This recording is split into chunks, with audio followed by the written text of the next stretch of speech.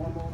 It's been a long time coming, and we just couldn't be happier. Thank you all for coming. We appreciate it. I want to especially welcome a few special people. I want to welcome the City Council. Thank you all for coming very much. I want to mention other people from the City of Normal, including Mayor Chris Coos. Thank you, Mayor, for coming. We appreciate it.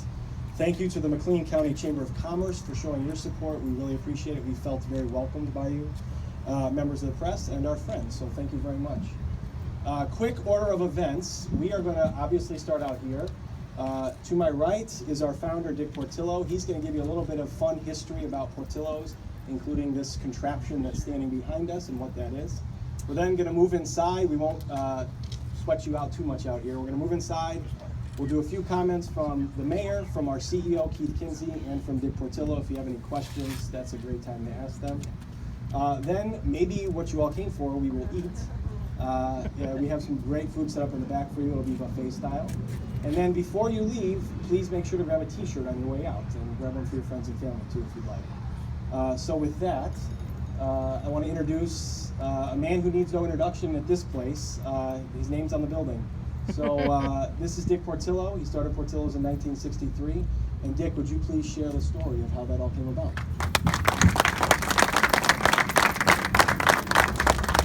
Thanks, Nick. I'm really glad to be here. I don't know if anybody realizes this, but about 16 or 18 years ago, I was looking in this area.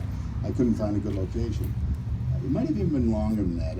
I forgot the mayor's name. It was a woman. I forgot her name, but Carol. she was a good customer of ours, and she came up to the office and said, "You have to come down to our community and go to Portillo's there because I think it'll go over very well." And I came down here with some of my supervisors, and we just couldn't find a good location at that particular time.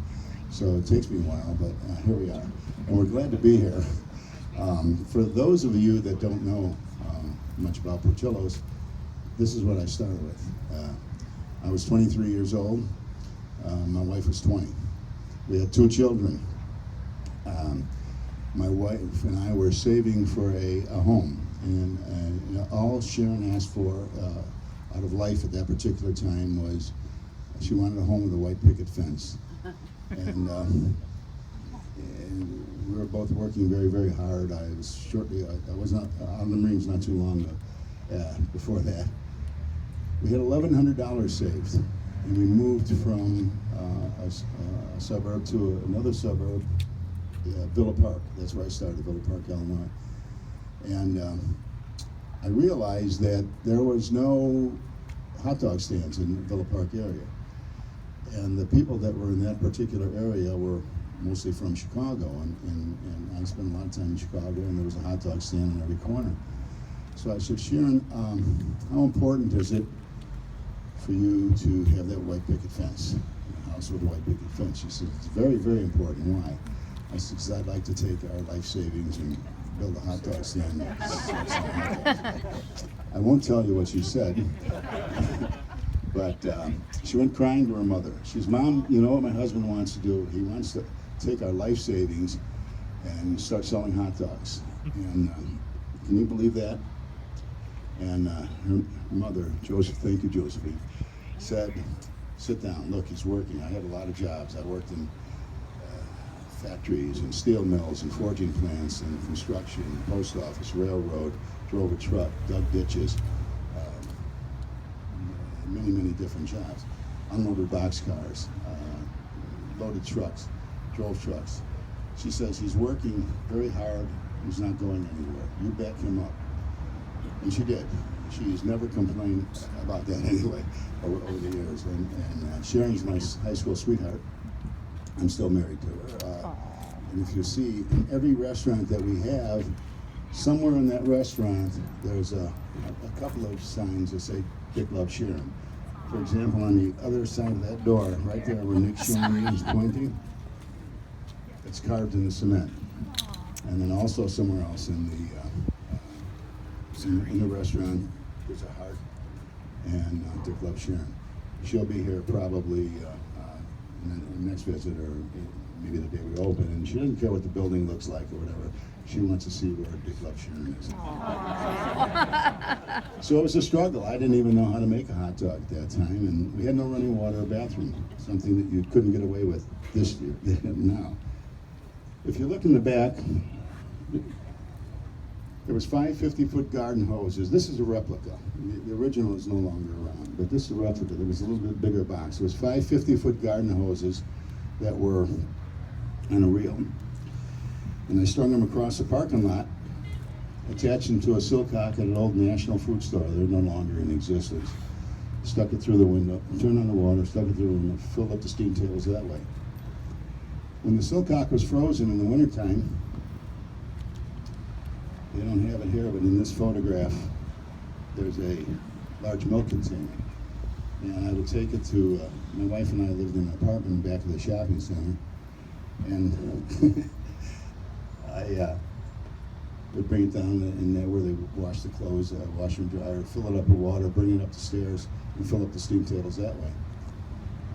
At night, I would put the pots and pans in a container like this, walk it across the parking lot, because like I mentioned before, we lived in the back of the shopping center in an apartment. And my wife would have the bathtub filled with soap and water, and we'd wash the pots and pans in the bathtub. One time in particular, I didn't think much of it then, but I think a lot of it now. We're washing our pots and pans on our hands and knees, and I'm thinking, am I putting my families in harm's way? We had 2 young children at that time. There I am, build a hot dog stand with no running water. I'm on my hands and knees washing the pots and pans with little scrubbies. Am I making the right moves? Well, it turned out pretty good. So from those humble beginnings to what it is today, the most exciting, interesting brand of its kind in the United States of America today. And I'm not just saying that because that's my name on there. I'm saying it because it's the truth.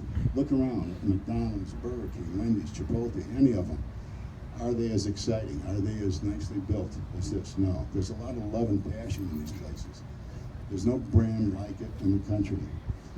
The culture that we've got at Portillo's, I think, is second to none.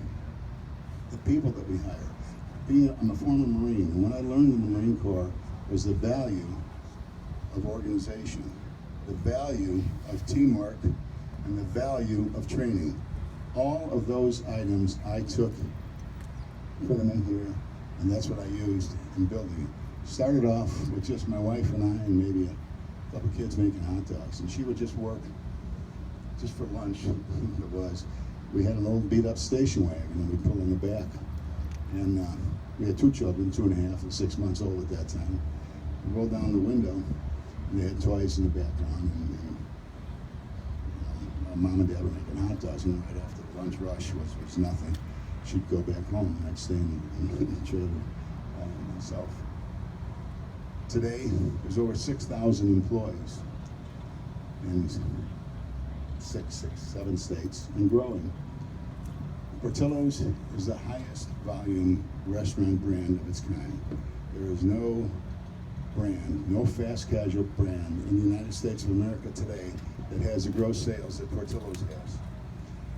And I believe there's no brand in the United States of America today that has the cult-like following that Portillo's has. And it's because of our culture. It's because of the training, the amount of money that we put into not only the building, but into our people. This is a people business. You didn't get to this point just because it was a cute idea. We need people, and that's where teamwork came into play too. I'm very proud of it. I can't tell you how proud I am of it. I have to make up and pinch myself every morning, and every morning I do thank the big guy. Anyway, I just want to welcome you all here, and hopefully I didn't bore you too much with the story. Thanks, Dick. Thanks again. I'd like to invite everybody inside into our party room, which is on the back right of the restaurant. We'll have a seat. We'll hear from the mayor, from our CEO, and some more stories from Mr. Portillo, and then we will eat. Thank you very much.